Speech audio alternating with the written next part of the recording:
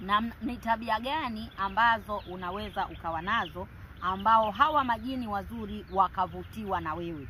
Napozungumzia majini wazuri wakivutiwa na wewe, utambue kwanza watakupa ulinzi, pili watakupa mali, tatu watakuongoza kwenye mipango na mambo yako utakuta yanakwenda vizuri kabisa. Sasa ni tabia gani ambazo unatakiwa kuwa nazo, au ni tabia gani ukiwa nazo moja kwa moja hawa majini watakuchagua kuweza kuwa na wewe, au watakuchagua ili kuweza kukusaidia katika zile changamoto, kwa sababu tabia zako zinaendana au zimewavutia kuwa karibu na wewe. Ni tabia gani wapenzi watazamaji?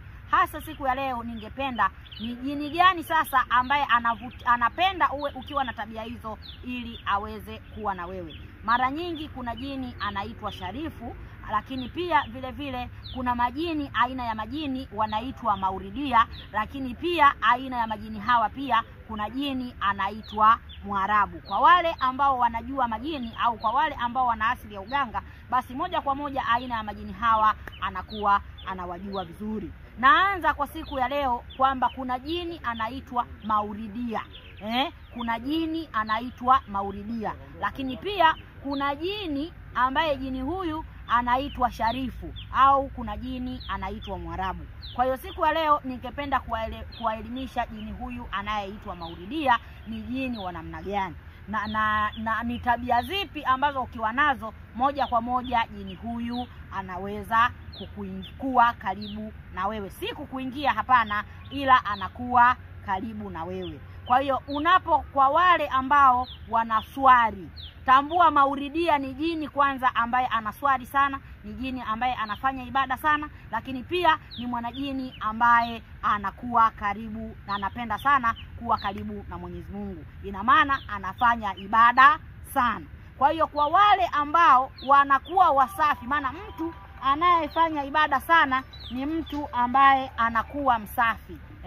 Mtu anayefanya ibada sana anakuwa msafi, kwa sababu muda mwingi anakuwa yuko ndani ya uzu. Muda mwingi anakuwa yuko ndani ya uzu, lakini na muda mwingi anakuwa anafanya ibada sana. Kwa hiyo ukiwa na tabia za namna hiyo, kuna aina ya jini ambaye anaitwa Mauridia, ambaye jini huyo kwa sababu na yeye ni mtu anapenda kuwa na tabia hizo, na yeye ndio ana tabia za namna hiyo, ni lazima atakuwa karibu na wewe. Lakini mara nyingi tena, maana mtu anapokuwa msafi, utambue anakuwa ana manukato mazuri, mwili wake muda mwingi unakuwa msafi, na yeye muda mwingi pia anakuwa hayuko sana kwenye mambo haya ya uchafu, iwe vitu vya kufanya viwe ni vitu vibaya.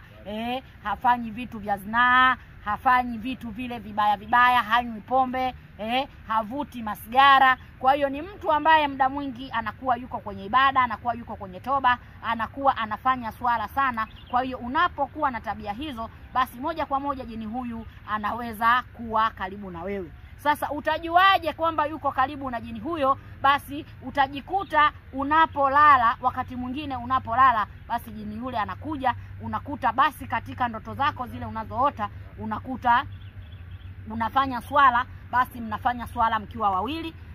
Kama unasoma kitabu, basi utajikuta mnasoma kitabu mkiwa wawili, au hata wakati mwingine unapofanya toba au unapofanya ibada, utajikuta unamuona dhahiri kimacho yule mwanajini, lakini akiwa anakuongoza mambo mazuri. Lakini moja kwa moja jini huyo unaweza kumwambia chochote unachokitaka. Unapendelea kuchoma udi nyumbani kwako, unapendelea kuchoma manukato ya ubani ndani kwako, basi utakuta jini huyo hupenda kukutembelea mara kwa mara. Na kwa sababu jini huyu ni mzuri, ni jini ambaye anafanya toba, unaweza ukajikuta kama ni mfanyabiashara, kama ni mfanyakazi, utajikuta unapata kipato cha pesa ni kingi kupita maelezo. Kama ni mtu kwa siku ulikuwa unaweza kupata milioni 1, utajikuta kwa siku unaweza kupata milioni 3, unajikuta kwa siku unaweza kupata milioni 4, utajikuta kwa siku unaweza kupata hata milioni 10.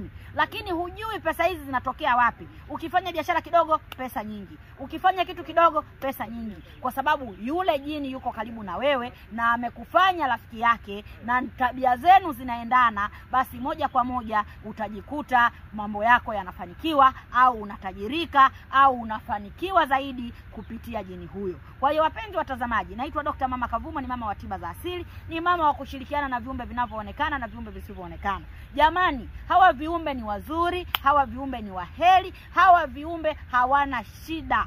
Lakini hawa viumbe wazuri, na ukijua namna ya kuishi nao na ukijua namna ya kushirikiana nao. Wapenzi watazamaji, naitwa Dr. Mama Kavuma, ni mama wa tiba za asili. Usiache kusubscribe, usiache kucomment na kulike. Na wapenda sana, asanteni, karibuni sana.